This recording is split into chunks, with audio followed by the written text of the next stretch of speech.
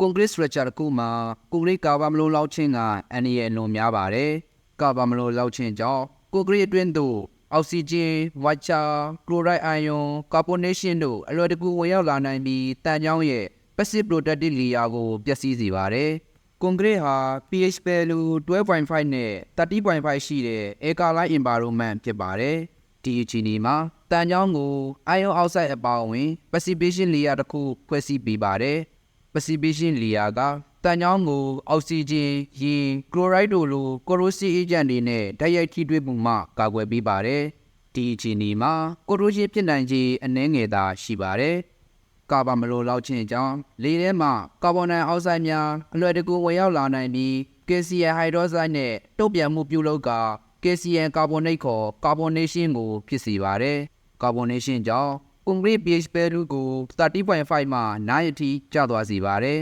။ဒီအခြေအနေမှာ